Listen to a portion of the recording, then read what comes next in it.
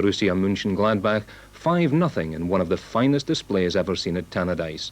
The Germans were completely dominated right from the kick-off, and believe it or not, the score could have been doubled, but 5 goals did quite nicely.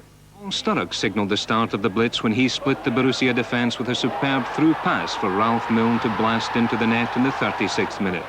From that moment on, there was only one way United were going, and when a clearance broke to Billy Kirkwood, the unsighted keeper could do little about the swerving 30-yarder that sent everyone wild with delight. After the interval, the Dundee side took up where they left off. Ringos could only deflect a through ball into his own goal mouth, and there was Sturrock to put them ahead on aggregate.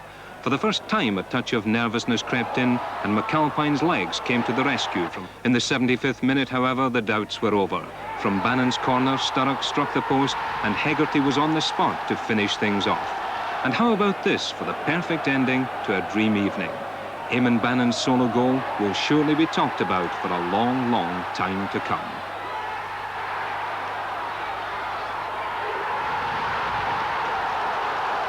Afterwards, the crowd stayed to cheer what an hour and a half before had seemed mission impossible.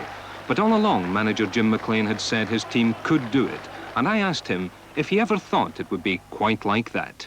No way did we think it would be 5-0, but make no mistake, we honestly always believed that if a fit Paul Sturrock on the field, we felt that if we get an early goal, we could definitely put an awful lot of pressure on the German side. And I think right for the start of the game, we didn't really get the early goal, but we kept playing with confidence throughout the match. And I thought the crowd did their part in being patient as Scots supporters can be anyway, because they still want far too much the ball just to go forward. But everybody here is obviously very pleased. You singled out Paul Sturrock there. Was he the big difference in the side? No, I was asked a question about Paul Sturrock, and no team beats a German side 5-0 with one player. Paul Sturrock is absolutely vital for Dundee United, as any international player proven in McGrain for Celtic. You can't play without these players, but him coming in most certainly gave the players an awful lot of confidence for tonight's match.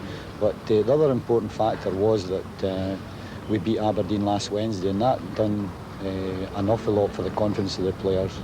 Jock Stein was here tonight. He must have seen a few players who would do him nicely for Spain.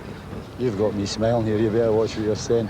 But Jock Stein's a job to do, and he's a difficult job. And I've picked my players here at Dundee United, and make no mistake, there were players here tonight that I feel is good enough for Scotland. But there's an awful lot of players, and you can only pick 22.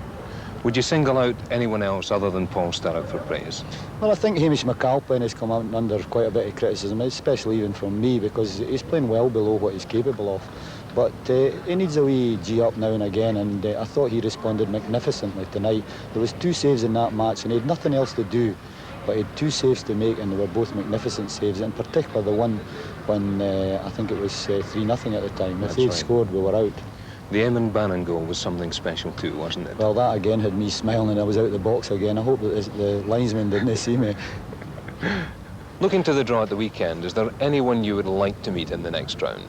Absolutely no thoughts at all about the draw. The most important thing is that we've got to get our feet firmly back in the ground, and the players can only lose after a performance like that, as far as I'm concerned. And I mean by saying that the press, the supporters and myself will be expecting far too much from the players on Saturday, but we must beat Morton here and get some points picked up in the Premier League, and it'll be very difficult for the players unless we have a crowd anywhere near. I'd settle for 8,000 on Saturday.